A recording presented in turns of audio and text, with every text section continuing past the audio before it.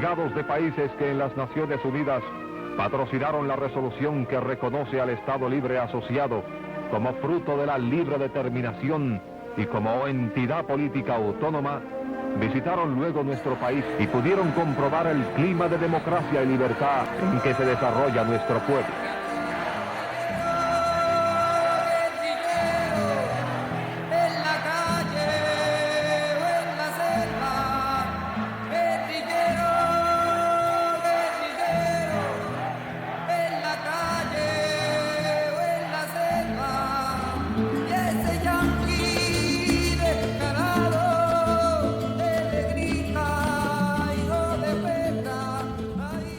En el 59 triunfa la Revolución Cubana y se genera en toda América Latina la idea de que es posible triunfar en contra de estados decrépitos, corruptos y apoyados por el gobierno de Estados Unidos. En Puerto Rico a la vez ocurre un fenómeno que fue malo para el independentismo. Y es que el Partido Independentista Puertorriqueño, que en el año 52 obtiene el 20% de los votos, empieza a disminuir en su influencia y a bajar, hasta el punto de que en el año 60 desaparece como partido. Dijo Nixon, lo sobresaliente en Puerto Rico es que el crecimiento ha permeado a través de toda su estructura social, gracias a una combinación de factores. A saber, primero, democracia en acción con toda libertad de expresión, libertad de prensa, libertad de partidos políticos, etc. Segundo, estabilidad política, cosa que es muy importante. Tercero, una conciencia social por parte de su gobierno. Adelante siempre con valor, que nosotros somos la esperanza. Tenemos la razón, que nosotros somos la esperanza y además... Puerto Rico es una presencia importante en el Caribe y en la política norteamericana durante la década del 50 y del 60 por el modelo exitoso de desarrollo económico que había tenido. Y se presentaba ese modelo, la llamada Operación Manos a la Obra, como una serie de experiencias que podían beneficiar a otros países de América Latina y del Caribe. Sabemos que nuestra asociación voluntaria, propuesta originalmente por el pueblo de Puerto Rico mismo y luego hecha ley por el Congreso, es testimonio elocuente de medio siglo de respeto y entendimiento mutuos cada vez mayores. La unión que compartimos habrá de durar porque se fundamenta en la libertad. El tiempo podrá traer cambios en las formas y expresiones externas, pero serán siempre expresiones de la mutua confianza y la amistad mutua que nos une y nos unirá siempre. Con la maduración del programa de Operación Manos a la Obra, Puerto Rico sufre su transformación definitiva ahí. Ahí es que se da realmente la penetración de las grandes compañías multinacionales que dominan la economía de Puerto Rico, que se apoderan de ella. Posteriormente lo que hay es una modernización, una puesta al día cada vez más eficiente de ese dominio que se está dando en los 60. Y ese es vamos a decir, la columna del coloniaje puertorriqueño. Es la economía que se ha desarrollado en Puerto Rico. Y todas las formas de represión están vinculadas con esa gran columna. Si nosotros no entendemos esa estructura, difícilmente podemos descolonizar este país. Y yo me atrevería a decir que Puerto Rico fue globalizado 20 años antes de que se hablara de la globalización. La década del 60 va a marcar dos aspectos principales. Primero, el fin de la hegemonía del Partido Popular Democrático, que había dominado la política puertorriqueña por los 24 años anteriores. El partido se fragmenta, se puede asignar esa fragmentación a asuntos personales, pero a mí me parece que es más acertado verlo en términos de una erosión, ¿no?, institucional e ideológica del partido.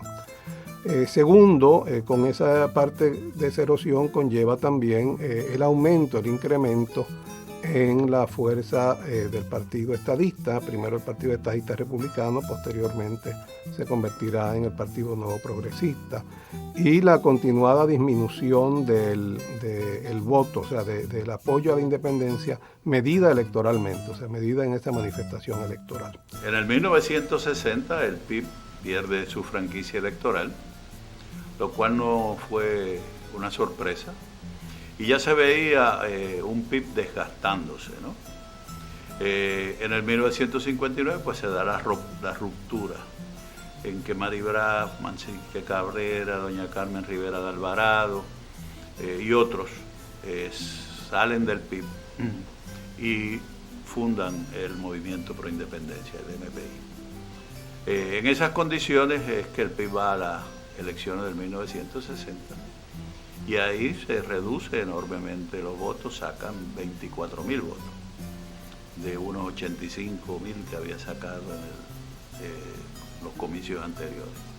Este es un movimiento extraordinariamente importante en la vida histórica de Puerto Rico, extraordinariamente importante, porque es el que crea unos nuevos estilos de lucha. El Partido Independentista tenía un enfoque tradicional de la lucha por la independencia de Puerto Rico. No era un partido moderno en aquella época, y estaba más bien en el enfoque nacionalista de nuestra lucha.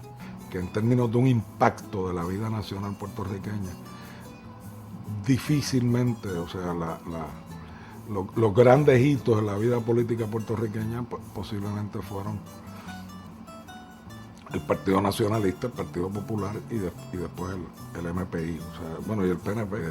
Pero son un poco los que marcan pautas importantes, los que representan un punto de flexión, un punto de viraje.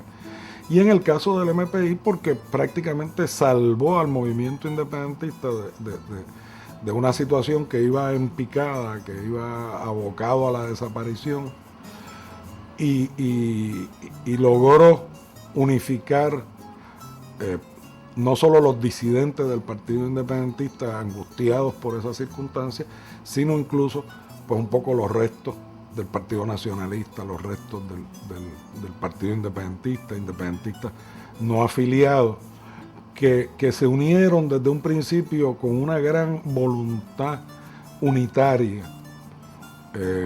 en un ánimo muy unitario que conservaron a lo largo de la mayor parte de los años del MPI, y con una gran voluntad de rescatar la lucha independentista puertorriqueña, de insuflarle vida.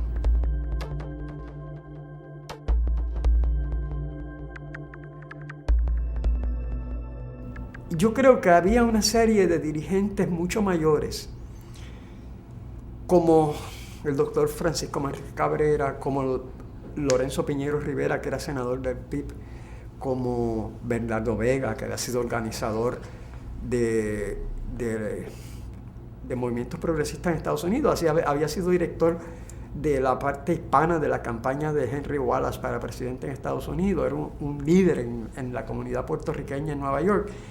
Y Bernardo Vega es el primer secretario de organización que tiene el Movimiento Pro Independencia. Esas personas de mucha más experiencia, mucho mayores, doña Carmen Rivera de Alvarado, Gabriel Vicente Maura, todos ellos, me parece a mí que habían visto en este otro joven con apariencia de señor mayor, con cualidades de liderato, la persona que en efecto podía aglutinar. Y se agruparon alrededor de él y lo respaldaron y lo sostuvieron y lo empujaron. Y Juan, pues sin duda tenía liderato.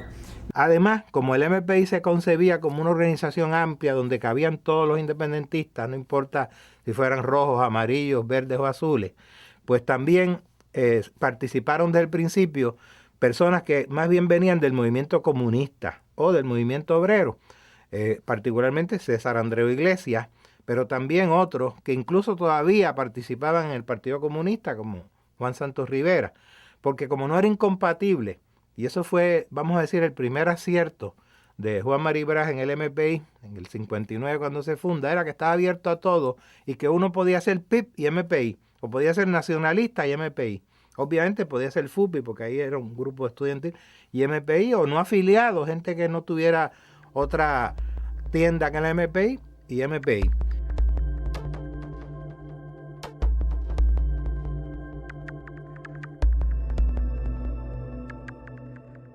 Cuando llegamos a noviembre de ese mismo año del 59, ya teníamos 30 misiones organizadas en 30 pueblos del país, que pues representaba un esfuerzo extraordinario. Celebramos la Asamblea Constituyente del Movimiento en el Teatro La Perla de Ponce. Y en el escenario de ese Teatro La Perla estaba ese día una representación del espectro independentista desde la extrema izquierda hasta la derecha. Literalmente, porque de la extrema izquierda estaba Juan Santos Rivera, que era a la sazón secretario general del Partido Comunista puertorriqueño, lo que quedaba de él. Y estaba el presidente del Partido Nacionalista interino, que era el señor Otero, y estaban los líderes de la FUPI y del movimiento estudiantil del Colegio de Mayagüez, que ya empezaba también a crear sus propias organizaciones estudiantiles. Y a la derecha estaba don Antonio Ayuso Valdivieso, dueño y director del periódico El Imparcial, que era independentista indudablemente y lo fue toda la vida, pero que era un hombre sumamente conservador y de derecha.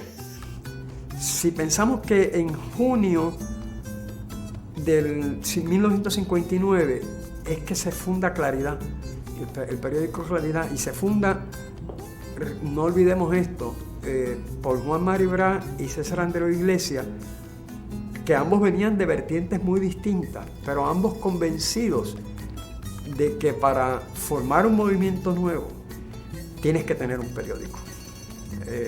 Probablemente César con la tradición leninista de que Lenin para organizar formaba periódicos, y Mari Brás con la formación martiana, pues ellos saben que lo primero que hay que hacer es hacer un periódico, y hacen el periódico Claridad pues muy rústicamente, a mimeógrafo, una hojita así muy humilde, con una tirada muy pequeña, y eso pues empieza a circular. Y eso es junio del 1959. César fue el que propuso el nombre de Claridad. Había habido un Claridad peruano, un Claridad argentino y varios Claridades en distintas épocas, en distintas partes del mundo hispanohablante. Y él dijo, vamos a usar ese nombre porque ese nombre refleja lo que nosotros queremos, que es llevar claridad al pueblo puertorriqueño. Corretjer sale del MPI ya para la segunda Asamblea Nacional del MPI.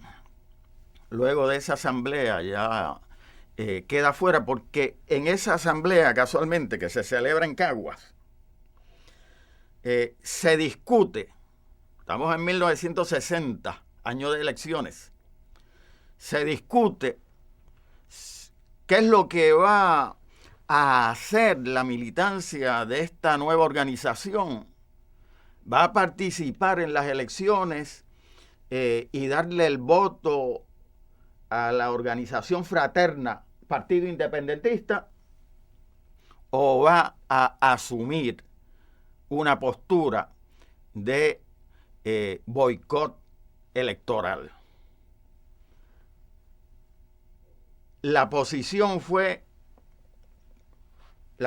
que se toma en esa asamblea fue una posición que empujan casualmente los sectores comunistas. Yo recuerdo la intervención de César Andreu en esa asamblea, y esa posición se hermana a la de Juan Maribraz. Y era para propósitos de mantener lo que ya estábamos organizando, dejar en libertad a la militancia MPista para que participara o no en las elecciones, si así lo creían. Nosotros pretendimos en aquel primer intento hacer del movimiento pro independencia una organización sombrilla de todo el independentismo puertorriqueño. Claro, no podíamos hacerlo porque el partido independentista estaba en guerra con nosotros, aunque nosotros no estábamos en guerra con ellos. Tan no estábamos en guerra con ellos que adoptamos la posición programática en esa asamblea de dejar en libertad a todos los miembros del movimiento de no votar o votar por el PIB en las elecciones de 1960. Claro, la opción de no votar para respetar la posición abstencionista de los nacionalistas que no votan y que ya estaban militando en el movimiento. Pero fuera de los nacionalistas que por cuestiones de principio no votaban, los demás votamos todos por el PIB en las elecciones de 1960. Yo, que era el secretario general del partido y que me habían votado de ese partido, vine a Mayagüez, porque yo era elector de Mayagüez, a emitir mi voto por el PIB en las elecciones de 1960. Yo que fui hija, era hija, ¿verdad?, de un líder del Partido Independentista, mi balance en la memoria es de un gran dolor. En las elecciones de 1960, a mí nunca se me van a olvidar, yo era preadolescente en aquel momento, y nunca se me van a olvidar porque todo el mundo se fue a votar, y yo tenía 9 años y quedé a cargo de un comité local del Partido Independentista en Puerto Nuevo, porque los adultos se iban a votar, ¿verdad? Ya yo había aprendido cómo hacer todos los formularios y tal.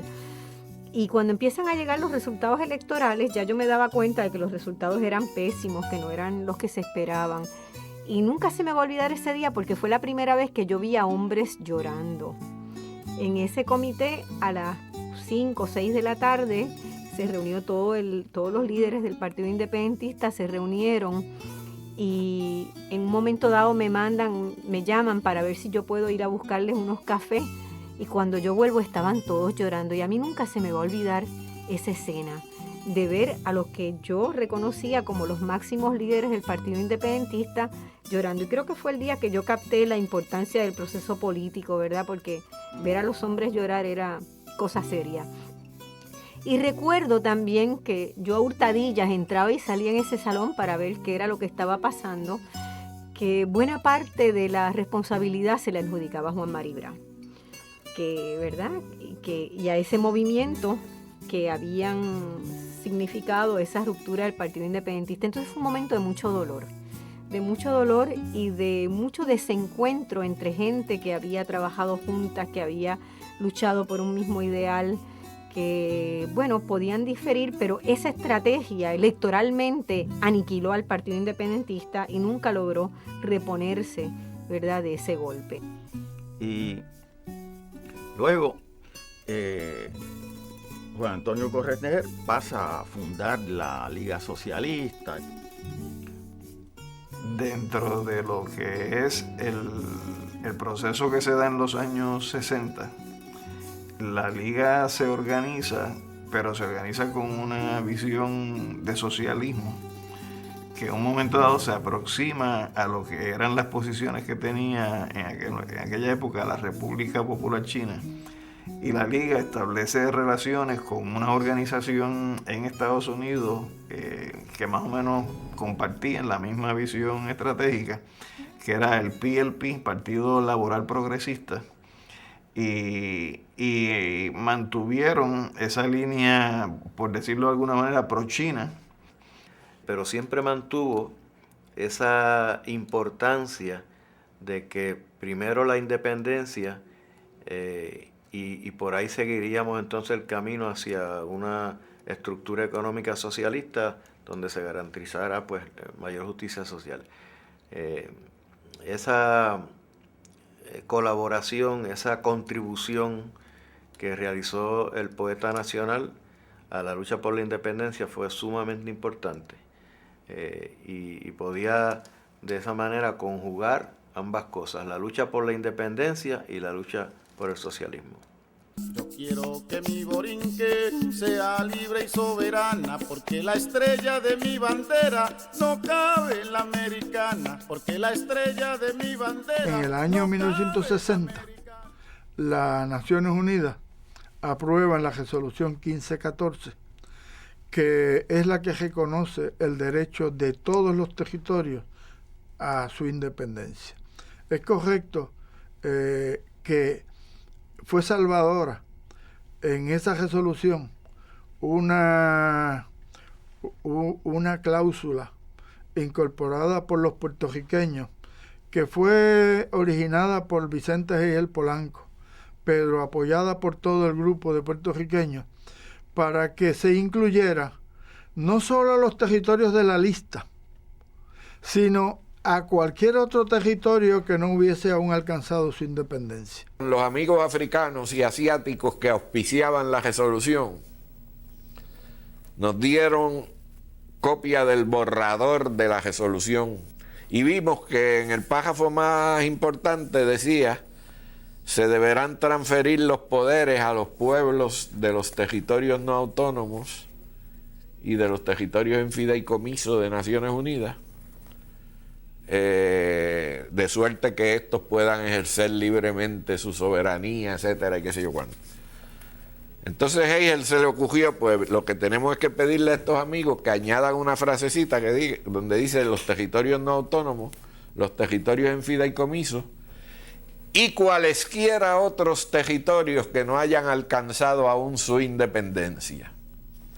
Y entonces le llevamos esa frasecita a los amigos y le dijimos: pongan esa frasecita ahí.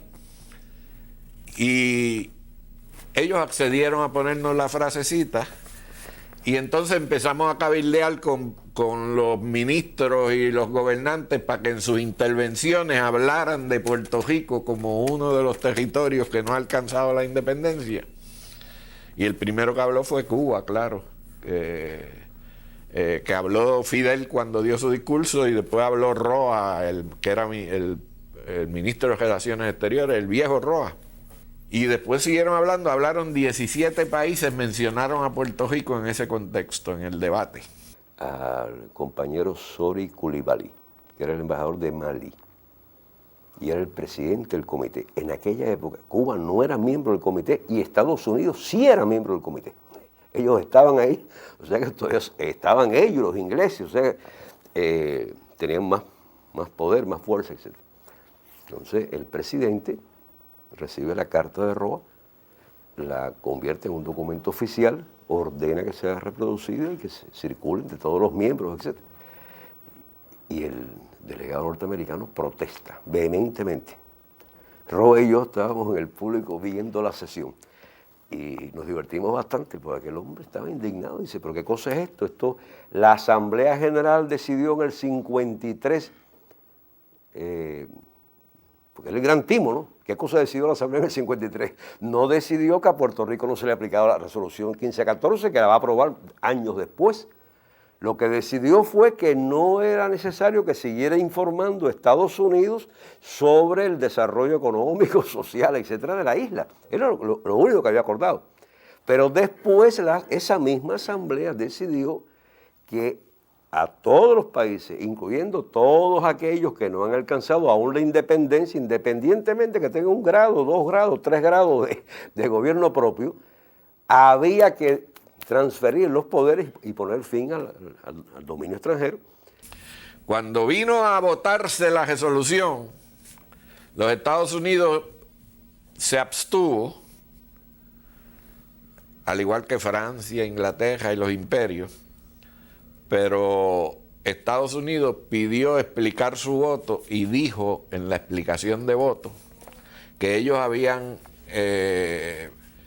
pensado votar a favor de esa resolución por la importancia histórica que tiene, pero que unas diferencias de lenguaje que surgieron a última hora impidieron que Estados Unidos pudiera darle su voto favorable. Y las diferencias de lenguaje eran esas frasecitas que tenía el efecto de abrir la puerta un poquito para que Puerto Rico pudiera entrar.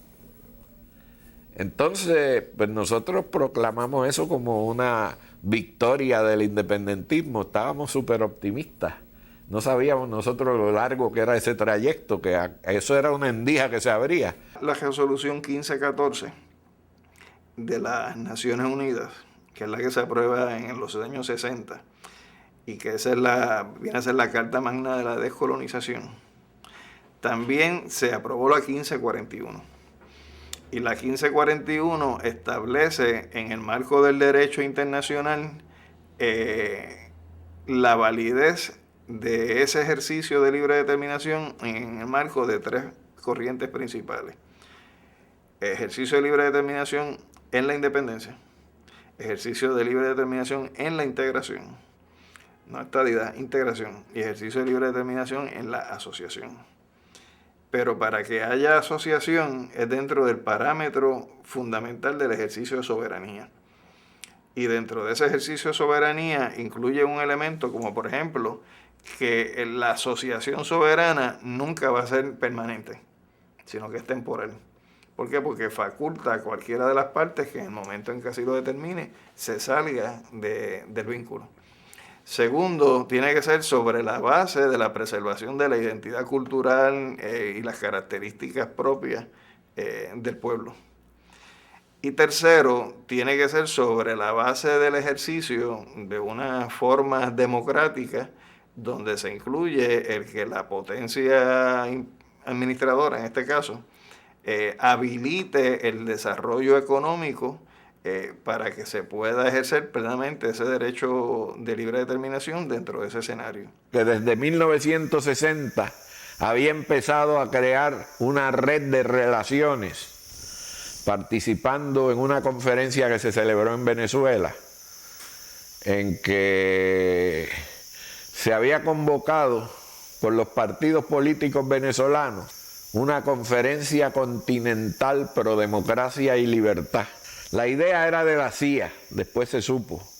La CIA había impulsado a Acción Democrática, que era el principal partido de gobierno en Venezuela, el presidente era Rómulo Betancourt, para que convocara a todas las fuerzas democráticas de América a un congreso pro democracia y libertad en Venezuela, con la idea de volcar ese congreso contra la revolución cubana.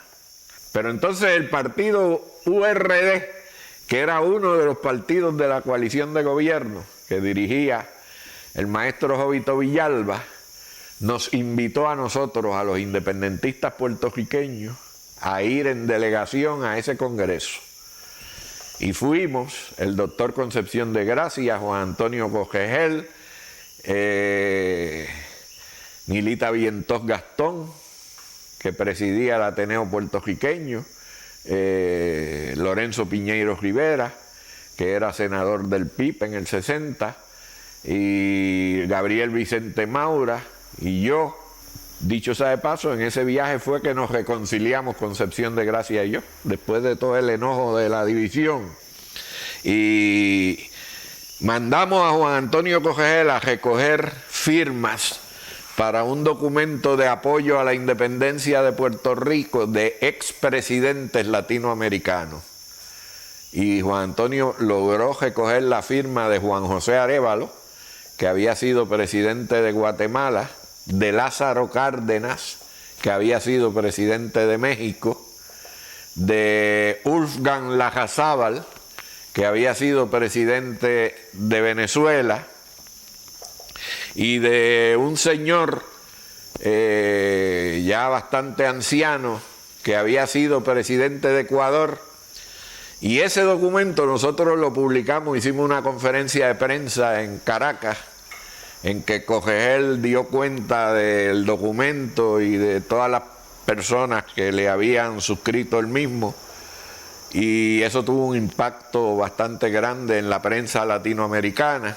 Por primera vez se daba un acto de solidaridad, una expresión concreta de solidaridad con la independencia de Puerto Rico de una figura relevante de la política latinoamericana, como que habían sido presidentes de sus respectivos países.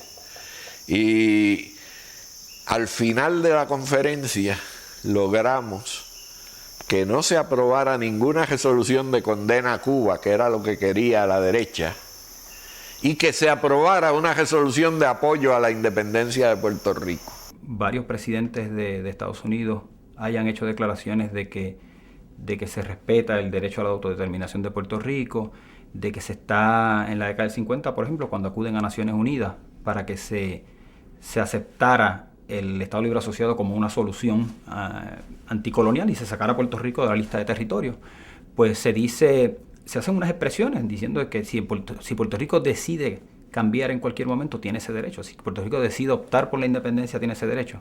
Y eso es una declaración que repiten varios presidentes a través de la historia. Y lo contradictorio es que al mismo tiempo se estaba activamente persiguiendo al movimiento independentista, activamente persiguiendo a organizaciones que pudieran asumir posiciones anticoloniales, aunque no fueran abiertamente independentistas, y activamente en algunos casos tratando de sabotear la actividad del independentismo.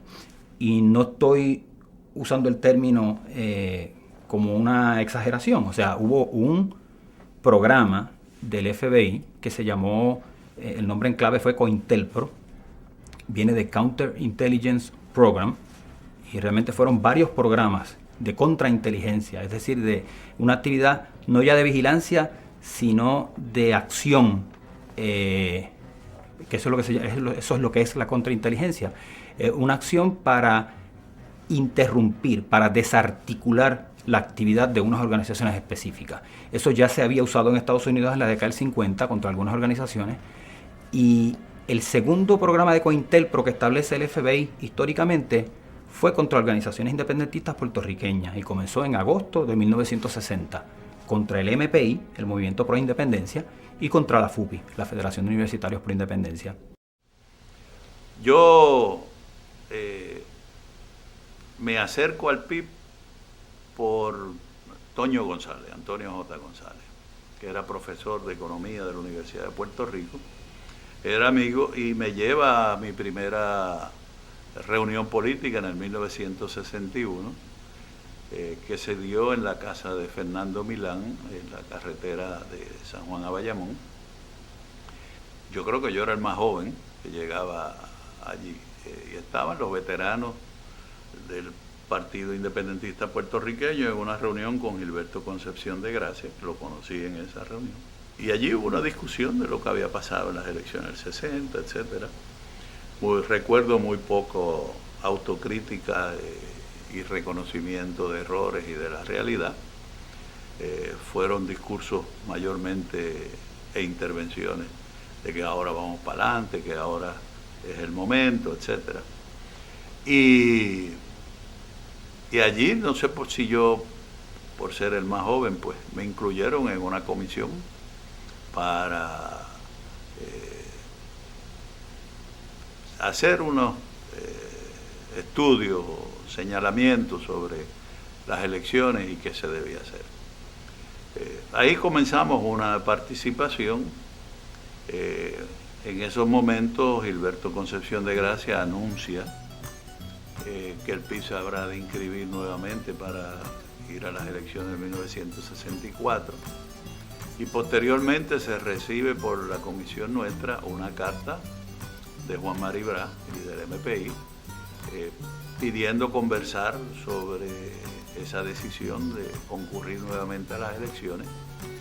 Tenemos una discusión interna, habíamos uno que estaba a favor de las conversaciones, los que habíamos llegado nuevos y que no teníamos hachas que amolar del pasado, ¿no? Y Gilberto y en fin, Milán y otros de la vieja guardia de entonces se negaron a conversar. César Andreu escribe unas columnas en el periódico El Imparcial, en su columna Cosas de Aquí, a mediados de la década del 60, tratando de explicar la crisis del independentismo. Y señala que los representantes, los legisladores independentistas se quedaron en una lucha más bien jurídica, en una lucha que era más bien legislativa, y perdieron una cosa fundamental que fue la calle. Y a mí me parece que lo que hizo el MPI fue realmente recuperar esa calle, recuperar esa militancia, que no estaba necesariamente vinculada a la cuestión electoral inicialmente, sino que tenía que ver con un tipo de militancia que levantara la lucha en las reivindicaciones que con respecto a los problemas que sufría el país. En el 1962 nos reunimos en varios seminarios y discutimos un proyecto de tesis política que finalmente se aprobó en la asamblea correspondiente a ese año de 1962 con el nombre de la Hora de la Independencia, y se publicaron millares y millares de ejemplares de esa tesis política con el título La Hora de la Independencia. Por primera vez se articulaba en forma de tesis un planteamiento coherente de lo que representaba la independencia para el pueblo de Puerto Rico desde el punto de vista económico, político, social, cultural.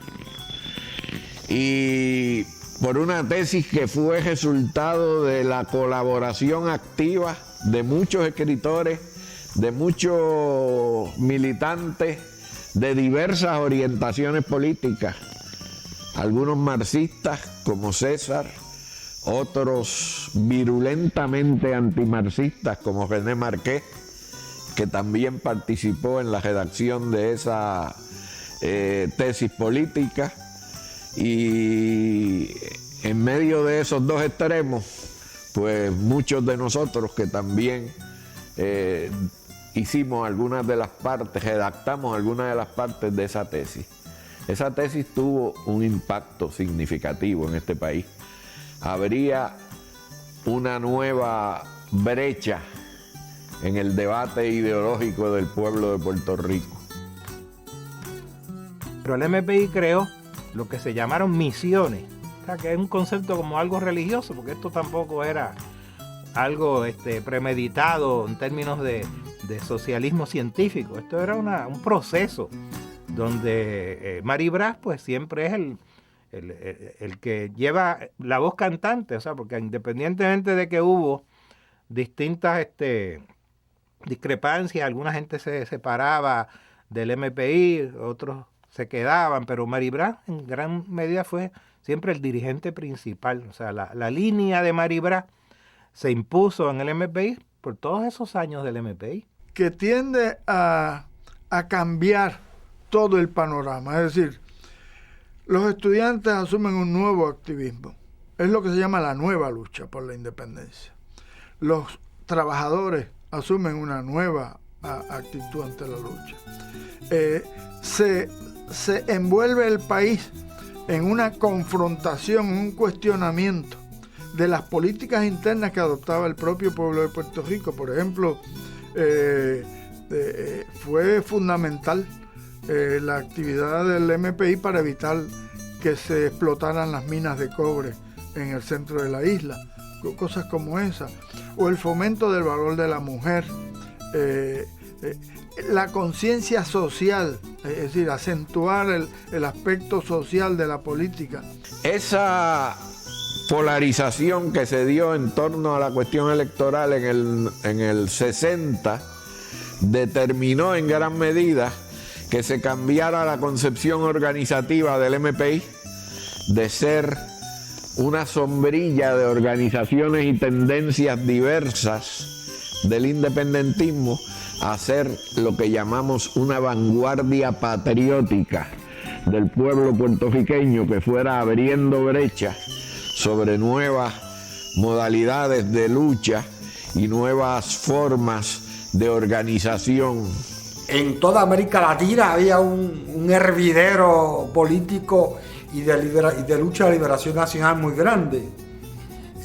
La guerrilla se tomaba fuerza en muchos países, como Colombia, como Venezuela, como en Europa todo mismo. En Estados Unidos se desarrollaban las luchas de los derechos civiles, básicamente, las luchas del movimiento negro, con los cuales nosotros teníamos una relación muy activa y muy estrecha, muy continua. Los grupos y figuras del movimiento negro americanos tenían una comunicación constante con nosotros, y algunos venían a Puerto Rico. Recuerdo ahora la visita que nos hizo en una ocasión Stokely Carmichael, que fue uno de los principales dirigentes de aquellas organizaciones. Pues todo aquello nos servía de teatro, obviamente, de marco para un activismo que se empezó a dar en Puerto Rico y a la cual el independentismo puertorriqueño no estaba acostumbrado. Ese activismo lo incorpora el MPI, lo incorpora la FUPI y otras organizaciones que fueron creándose después, como la FEPI, la Federación Estudiantil Pro Independencia, que empezó a organizarse a nivel de las escuelas superiores. Tuvimos en ese momento una de las FEPI más activas que se daba, no era la Central la única escuela que estaba organizada. Yo recuerdo que en Yauco ya, para la misma época que nosotros éramos estudiantes en la Central, ya había un capítulo de FEPI, había en Ponce otro capítulo, había en Carolina, había en varias escuelas ya, en el 1963. Y la fundamos y yo fui fepista hasta el 1966. Y fue un momento bien interesante porque comenzaba la guerra de Vietnam. Movimiento estudiantil que ya comenzaba a protestar contra el servicio militar obligatorio y contra la guerra. Los movimientos estudiantiles en la escuela superior toman fuerza para finales de los 60 nuevamente. Y de hecho fue la cantera de la FUPI. La FUPI reclutaba, se nutría de los fepistas, de los estudiantes que ya venían con una experiencia desde la escuela superior. En escuela superior nosotros vendíamos Claridad. En aquella época Claridad era Bellón. Y nosotros vendíamos 15 periódicos, 15 Claridad en la Central. Claro, clandestinamente, ¿verdad? Uno los llevaba, se supone que se vendieran fuera de la escuela. Fuera Yankee, cojón, fuera Yankee. Fuera Yankee, cojón, fuera Yankee. Fuera Yankee, cojón, fuera Yankee. Fuera Yankee.